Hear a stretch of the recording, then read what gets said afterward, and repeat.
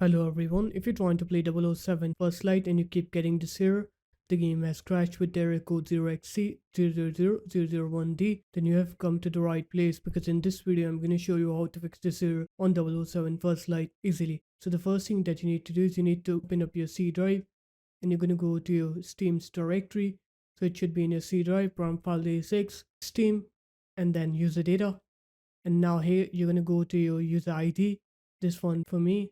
And now here you need to look for this folder with the number 3768760. Now what you're going to do is you're just going to either delete, rename, or move this folder from here into somewhere else, here for example. And after that, now what you're going to do is you're going to open up your games platform, which is Steam for me. You're going to right click on 007 First Light, go into properties, install files, and then click verify and tag it to your game files here. After that, you're going to click browse on here, or you're going to go to your games folder. The default location should be in the C drive, from file a6, Steam, Steam apps, common, and here 007 First Light.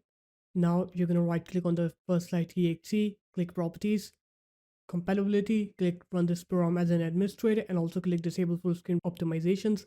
After that, click apply. Okay, and now you can go ahead and try to play 007 and you'll see that your game will now work. You'll not face that crash anymore. So there it is guys, that's how easy it was.